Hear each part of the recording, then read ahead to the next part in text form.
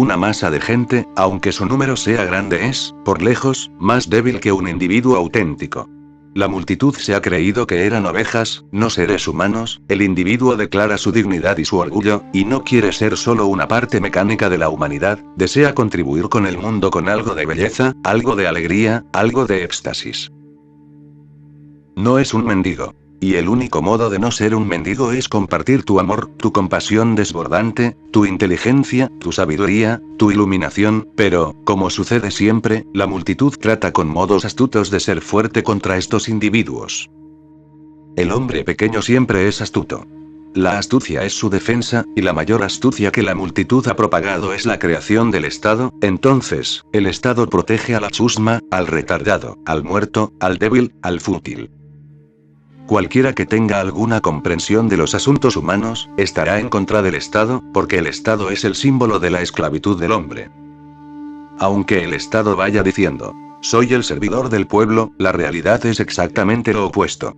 Estos sirvientes se vuelven los amos porque tienen poder, tienen toda la burocracia, tienen las armas, y todo ese poder está siendo usado contra esos pocos individuos que son rebeldes, rebeldes contra la mentira, rebeldes contra la tradición muerta, rebeldes contra toda clase de supersticiones.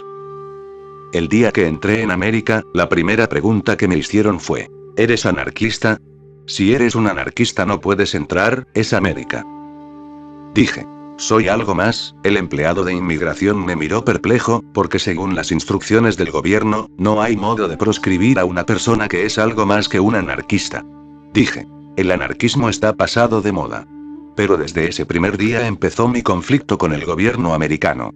Un poder tan grande tiene miedo de un hombre que es anarquista. Y qué hipocresía que sigan diciendo que todos tienen libertad de pensamiento, libertad de expresión. El anarquismo también es una ideología. El anarquismo dice simplemente que el Estado no es necesario, que es una de las calamidades más grandes, creado por los débiles en contra de los fuertes. Pero todo el progreso ha tenido lugar a través de esos individuos fuertes. Por cierto que algún tipo de organización funcional es necesaria, pero no debe ser más que funcional. No debe darle estatus ni poder a las personas que están en el gobierno. Pero el Estado se ha tornado un poder, y puedes poner a cualquier idiota en cualquier puesto, y se torna respetable, se torna poderoso, en lo que a él concierne no es nadie, en el momento en que termina su mandato la gente se olvida absolutamente de él. ¿Sabes algo de Nixon? Hubo un día en que era el hombre más poderoso del mundo, y hoy el mismo hombre se ha vuelto anónimo. El hombre mismo no tiene integridad, pero el Estado le da poder, en lugar de hacer de él un servidor del pueblo, hacen de estas personas los amos de la tierra. Zaratustra está absolutamente en contra del Estado, eso no significa que no deba haber ninguna organización funcional, por organización funcional quiero decir algo así como en los ferrocarriles. Tienen su presidente pero nadie sabe quién es. Y no hay necesidad de saberlo, o en el correo. Hay un jefe de correos, pero nadie sabe quién es el hombre, y no hay necesidad de saberlo. Los primeros ministros y los presidentes deberían estar en la misma categoría. Se les debería pagar porque están sirviendo al país, pero no deberían convertirse en conquistadores, como si poseyeran el país y fueran los dueños del país. Zaratustra dice, en algún lugar quedan todavía pueblos y rebaños, pero no entre nosotros, hermanos míos, aquí hay estados. El Estado es el más frío de todos los monstruos fríos, porque es un vasto mecanismo burocrático. Si vas a cualquier oficina del gobierno, verás en cada mesa, grandes pilas de legajos. El polvo se ha acumulado sobre ellos, y un empleado común se comportará contigo como si no fueras nadie, solo eres el legajo que te concierne, tal vez tu negocio ha cerrado, tal vez tu casa ha sido ocupada, tal vez alguien ha tomado posesión de tu tierra, pero el legajo seguirá moviéndose tan lentamente. Estaba leyendo que Albert Einstein descubrió que lo que más rápido viaja es la luz. Le pregunté a mis colegas científicos de la universidad. ¿Pueden decirme, si alguien descubrió qué es lo que viaja más despacio? Dijeron. Nunca pensamos acerca de eso. Les dije. Yo lo he descubierto, son los expedientes en las oficinas del gobierno. La luz es lo que más rápido viaja, y los expedientes deben ser la oscuridad, son los que viajan más lento. El Estado pretende ser el servidor del pueblo, pero es simple hipocresía, se vuelve el amo del pueblo, el dueño del pueblo, y la masa lo está deseando. Solo unos pocos individuos que tienen alguna dignidad pelearán contra el Estado, propagarán la idea de que no debería haber Estado en absoluto. En este siglo, 3 personas. Nietzsche, Prince, Kropotkin y León Tolstoy, estuvieron absolutamente a favor de un mundo sin estados, y los estados tienen tanto miedo que el oficial de inmigración me dijo: si eres anarquista, no puedes entrar en América. Le dije: ¿por qué un gran poder habría de temer a un solo hombre, aun cuando sea anarquista? Los anarquistas no son terroristas, son puramente pensadores. El temor es que lo que dicen sea verdad. Y 25 siglos antes Zaratustra está diciendo: el Estado es el más frío de todos los monstruos fríos. Fríamente miente. Todos los gobiernos mienten, y tarde o temprano, todo gobierno es atrapado mintiendo, y sin embargo, nadie señala que no se debería creer en los gobiernos, porque una y otra vez son descubiertos mintiendo. Los presidentes y los primeros ministros, y todos los ministros, prestan juramento antes de tomar su cargo, el juramento de que defenderán la verdad y solo la verdad, pero es casi imposible encontrarse con un político que no esté mintiendo. Por supuesto que mienten con tal desparpajo que parece que tal vez están diciendo la verdad, pero las mentiras no pueden permanecer ocultas para siempre. Tarde o temprano son descubiertas, no tienen larga vida. Fríamente miente también. Y de su boca sale esta mentira: yo, el Estado, soy el pueblo. El Estado no es el pueblo, el Estado es solamente un servidor del pueblo, y debe actuar como un servidor del pueblo. Pero hasta el más pequeño servidor del gobierno se comporta como si tuviera todo el poder del mundo. Hay que quitarles el poder a estas personas. Este poder hace que mucha gente esté hambrienta, codiciosa, lista para hacer cualquier cosa con tal de ganar poder. Están listos a vender su alma para estar en el poder. ¡Qué gran mentira! Creadores fueron quienes crearon los pueblos, por la fe y el amor. Así sirvieron a la vida. Los verdaderos amantes del pueblo son los creadores. Creadores en diferentes dimensiones, pintores y poetas, cantantes, bailarines y escultores. Estas son las personas reales, que tienen poder, porque participan en la creación, y bañan al pueblo con su creatividad y su amor. Crean en la gente un deseo, un anhelo de ser también creadores. Crean confianza en la gente. La historia real debería contar solamente sus nombres. Pero la historia real no ha sido escrita nunca. La historia cuenta los nombres de aquellos que no han creado nada, solamente han destruido. Los criminales y los asesinos. Aniquiladores son quienes ponen trampas a la multitud, y denominan Estado a tal obra. Suspenden sobre los hombros una espada y 100 deseos. Donde todavía existe pueblo, este no entiende al Estado, y lo odia como a un mal de ojo y como a un crimen contra las costumbres y las leyes. Todavía queda abierta ante las almas grandes, la posibilidad de una vida libre. En verdad, quien menos posee, tanto menos es poseído. Alabada sea la pequeña pobreza. Es significativo entender esto. Cuanto más posees, más eres poseído, porque te tornas un esclavo de tus posesiones. Usa las cosas, pero no las poseas, no hay necesidad de poseerlas.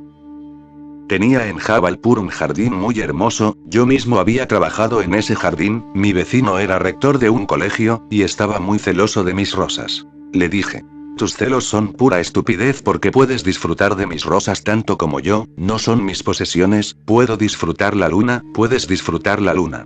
Ni tú ni yo poseemos la luna, pero hay gente que no puede disfrutar de nada si no lo posee. Y hay una ley fundamental. Puedes poseer cosas muertas, pero en el momento en que empiezas a poseer a los seres vivos, tu mujer, tu marido, tus hijos, empiezas a matarlos, empiezas a envenenarlos, porque poseer un niño es destruir su libertad, poseer una esposa es destruir su libertad. La libertad es el alma misma de la humanidad. Zaratustra no alaba la pobreza, es muy particular en sus palabras, dice: alabada sea la pequeña pobreza. ¿Qué es una pequeña pobreza? Todas las religiones están a favor de la pobreza, los pobres son bendecidos. Están muertos de hambre y en la miseria, y estás diciendo que ellos heredarán el reino de Dios. Alabada sea la pequeña pobreza. No una pobreza que te destruya, no una pobreza que te mantenga miserable, muerto de hambre. Y si cada uno desea ser feliz con las cosas pequeñas necesarias para la vida, no habrá pobreza y no habrá riqueza. Ambas existen juntas. Muchos de mis sannyasins, cuando vienen por primera vez a India, se sorprenden, viendo que, por un lado hay tanta gente rica. Tal vez el hombre más rico del mundo fue el Nizam de Hyderabad. Tenía tantos diamantes que había casi 7 depósitos llenos de diamantes. Tenía tantos que no había modo de contarlos, eran pesados en balanzas, no contados. Una vez al año, eran esparcidos en las muchas terrazas de su vasto palacio. He estado en el palacio y he visto las terrazas. Los desparramaban en las terrazas para que tomaran luz de sol. Una vez al año, el hombre que actualmente es el cuidador del palacio, me contó que cuando los diamantes eran desparramados, se llenaban casi todas las terrazas y había casi 2 pies de alto de diamantes en las terrazas. Nadie ha podido calcular nunca lo rico que era. Entonces, por un lado encontrarás personas muy ricas, y por el otro lado encontrarás mendigos, que no tienen nada. Una pequeña pobreza es un hermoso concepto. Nadie debe ser tan rico que el dinero esté guardado innecesariamente en sus sótanos, que no pueda usarlo. Y nadie debe ser tan pobre que tenga que morir por su pobreza. Una pobreza moderada traerá sin esfuerzos, una cierta igualdad en lo que concierne al dinero. Donde el Estado acaba, allí comienza el hombre que no es superfluo. Allí comienza la canción de quienes son necesarios, la melodía única e insustituible. Solo donde termina el Estado, comienza a existir el hombre necesario, el único con todas sus canciones y sus melodías. El Estado sigue matando la singularidad. La gente poderosa no puede tolerar a alguien que no tenga poder y sin embargo, sea respetado por millones de personas. Solo entienden el lenguaje del poder, no entienden el lenguaje del amor, no entienden el lenguaje de la creatividad. No entienden que una canción es más poderosa que cualquier arma nuclear, que un poeta es más poderoso que cualquier presidente, porque el poeta crea y el presidente solo puede destruir. El poeta no reclama dominio sobre nadie, simplemente comparte su corazón, su melodía, sus canciones. Es realmente un emperador. Puede que no sea nadie en lo que a las élites de poder respecta, pero llega al corazón mismo de la humanidad. Los presidentes serán olvidados, los primeros ministros serán olvidados, pero la canción de un poeta, la música de un músico, continuarán como un eco por los corredores del tiempo. Pertenecen a la eternidad. Me acuerdo de uno de los emperadores de India, Akbar. Durante su vida estuvo muy interesado en toda clase de personas creativas.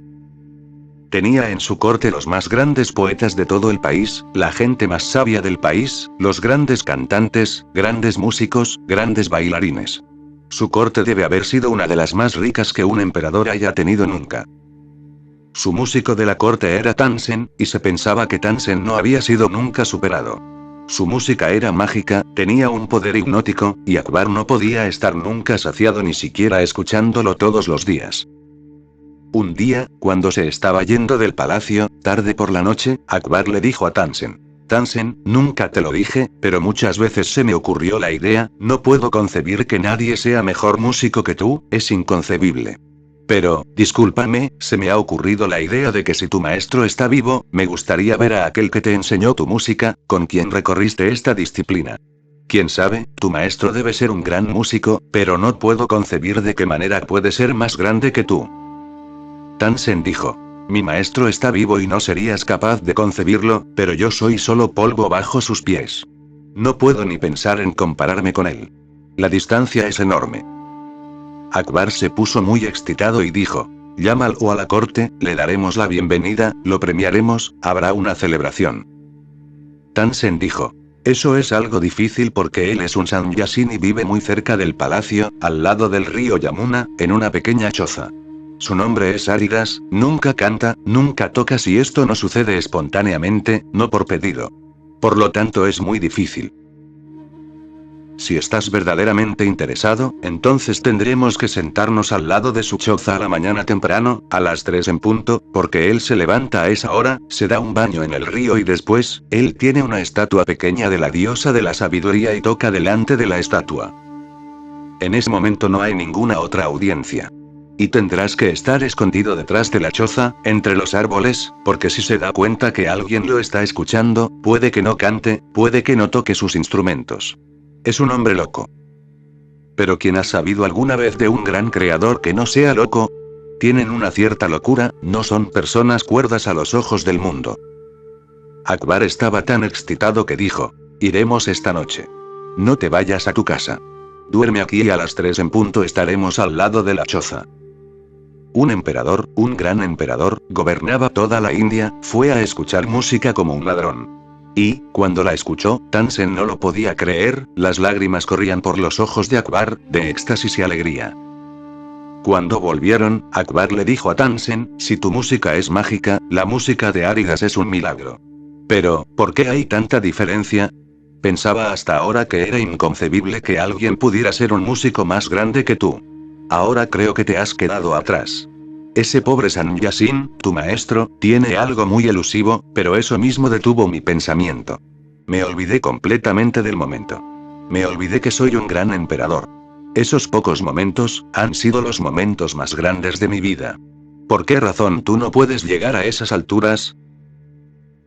La respuesta debe ser recordada. Tansen dijo. Es muy simple, yo canto, toco instrumentos, para conseguir algo de ti. Soy un mendigo, en mí hay codicia. Estoy vendiendo la música. Canto porque quiero lograr algo. Él está cantando porque ha logrado algo. Él es un emperador.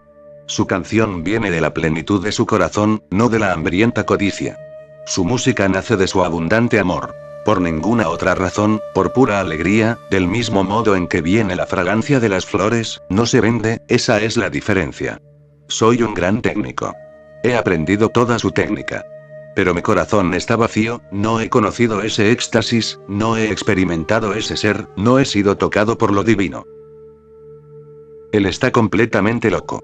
Está borracho con lo divino, y su música no proviene de ningún esfuerzo, sino que es algo que sale de él espontáneamente. Es por eso que no se lo podemos pedir. Amigo mío, huye a tu soledad. Te veo perseguido por las moscas venenosas. Los celos y la competencia y el deseo de ser poderoso y el deseo de tener algún nombre, alguna fama, el deseo de dominar. Esos son los venenos. Zaratustra dice. Amigo mío, huye a tu soledad. Te veo perseguido por las moscas venenosas. Huye a donde soplan los vientos recios y duros. Huye a lo natural, huye a lo espontáneo. Huye a tu soledad. Ya has vivido bastante cerca de los pequeños y de los viles. Huye de su venganza invisible. No son contra ti sino venganza. Todo creador, donde sea que cree sus pinturas o estatuas, su música o danza, crea una sed de venganza en la gente pequeña, en la multitud. Y permanecer demasiado cerca de los pequeños es peligroso. Su pequeñez, su mente insignificante, puede ser contagiosa. Y estar rodeado por su venganza puede ser destructivo para tu creatividad, para tu grandeza. No levantes el brazo contra ellos. Son innumerables y tu destino no es de espantamoscas, harto te veo de moscas venenosas, lleno te veo de picaduras y de sangre. Y tu orgullo rechaza hasta el enojo. He conocido al hombre pequeño. Toda multitud está formada por hombres pequeños, en todo el mundo. Es bueno que Zaratustra diga. Y tu orgullo rechaza hasta el enojo. Su insight es tan verdadero psicológicamente. Gautama Buda tampoco está enojado, pero nadie ha señalado el hecho de que es a causa de su orgullo que no está enojado. ¿Qué sentido tiene enojarse con la gente pequeña? Ellos están haciendo lo que pueden. Su venganza, su sed de revancha. Pueden matar a Jesús, pueden envenenar a Sócrates. Y se ha pensado que como Gautama Buda ha alcanzado un estado en el que no importa si se es insultado, humillado, es a partir de su silencio y su paz que no hay enojo. Pero tal vez Zaratustra esté más acertado. Es solo el orgullo de un gran hombre. No puedes arrastrarlo hasta tu nivel y hacerlo enojar. No peleará con ustedes, porque ustedes son demasiados y ni siquiera se enojará con ustedes porque son demasiado viles, son demasiado enfermos y patológicos. Necesitan toda su compasión, aun cuando le estén haciendo todo tipo de daños. Zaratustra parece estar más acertado en lo psicológico, que es el orgullo del creador no enojarse. Simulando inocencia, esas moscas quieren chuparte la sangre, y pican con la mayor inocencia. Pero tú, profundo como eres, sufres muy intensamente, aunque tus heridas no sean más que rasguños. Y, antes de que te hayas curado, pondrán en tus heridas sus larvas venenosas. Eres demasiado orgulloso para matar a esas golosas. Cuidado, no vaya a ser tu destino soportar toda su injusticia venenosa. Zumban a tu alrededor y te adulan y sus elogios son inoportunos. Lo que quieren es estar cerca de tu piel y de tu sangre. Se presentan también a veces muy amables. Tal ha sido siempre la astucia de los cobardes. Sí, los cobardes son astutos. Como eres dulce y tienes conciencia recta, dices. ¿Tienen ellos la culpa de la mezquindad de su existencia? Pero su alma estrecha piensa. Toda gran existencia es culpable. Donde haya un gran creador, la multitud se siente profundamente herida por su inferioridad, y por esa inferioridad está lista para tomar venganza en nombre de la moral, en nombre de la cultura, en nombre de la religión, las cuales son todas falsas excusas. Sócrates no estaba destruyendo la cultura, no estaba destruyendo la moral de los jóvenes, no estaba destruyendo la religión. Por el contrario, personas como Sócrates son los fundadores de la religiosidad, de la verdadera cultura, de la auténtica moral. Pero él ha ofendido al hombre pequeño. Es demasiado elevado, y su presencia es un continuo recordatorio de que eres inferior. Hay un proverbio en la India: a los camellos no les gusta ir cerca de las montañas. Es por eso que han elegido vivir en los desiertos donde ellos son las montañas. Al lado de una montaña un camello se sentirá muy inferior. Para evitar el sentimiento de inferioridad, deben suprimirse las montañas, deben crearse desiertos. La vida es una experiencia muy compleja. La comuna de los Sannyasins en América estaba en un desierto. Ese desierto estuvo a la venta durante 50 años y nadie lo aprovechó, porque ¿qué harás con un desierto? Deseábamos una tierra vasta, para estar lejos de la multitud de gente pequeña. Y ese desierto era perfectamente bueno, porque la ciudad americana más cercana estaba a 20 millas. Pero, ¿por qué se pusieron los americanos tan molestos con nosotros? Yo no viajaba por América provocando a la gente contra nadie. Mi gente estaba completamente entregada a crear la comuna, disfrutando su vida. Había una pobreza moderada, no había esperanzas de tornarnos súper ricos, sobrevivir era suficiente. Pero nos las arreglamos para hacer producir al desierto algo para sobrevivir. Estábamos produciendo suficiente para 5.000 personas y miles más que venían cada mes, y para 20.000 personas en cada festival. Éramos absolutamente inofensivos para América. Pero el problema es que la misma existencia de la comuna empezó a crear un complejo de inferioridad en los políticos. Lo que ellos no habían sido capaces de hacer en 50 años, nosotros nos las ingeniamos para hacerlo en 5 años. Y no teníamos todos los medios para hacerlo, solamente inteligencia y trabajo. Pero poníamos en ello nuestro corazón, y hasta el desierto se tornó compasivo. Se volvió verde, se volvió un oasis. El problema fue nuestro éxito. Si hubiésemos fallado, hubiésemos permanecido en América. Si hubiésemos fallado, esos políticos se hubiesen sentido muy bien. Se hubiesen dicho uno al otro: lo sabíamos, en ese desierto nadie puede tener éxito.